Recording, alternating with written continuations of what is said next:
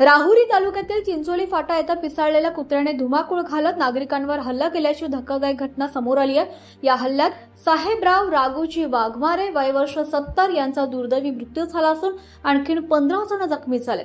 मिळालेल्या माहितीनुसार साहेबराव वाघमारे हे त्यांच्या घरासमोरील दुकानाजवळ झोपलेले असताना पिसाळलेल्या कुत्र्याने त्यांच्यावर अचानक हल्ला केला। त्याचवेळी कुत्र्याने परिसरातील इतर नागरिकांना देखील चावा घेतल्याने एकूण 15 जण जखमी झाले।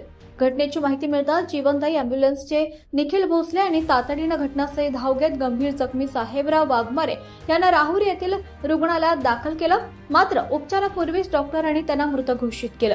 या हल्ल्यात जखमी झालेल्या सर्वांवर जवळच्या रुग्णालयात उपचार सुरू असून काहींना प्राथमिक उपचारानंतर घरी सोडण्यात आलंय। घटनेची माहिती मिळताच चिंचोली गावचे सरपंच सुरेश उर्फ बंटी लाटे, स्थानिक प्रशासन, आरोग्य विभाग, पशुवैद्यकीय विभागाचे पथक तसंच ग्रामस्थ घटनास्थळी दाखल झाले।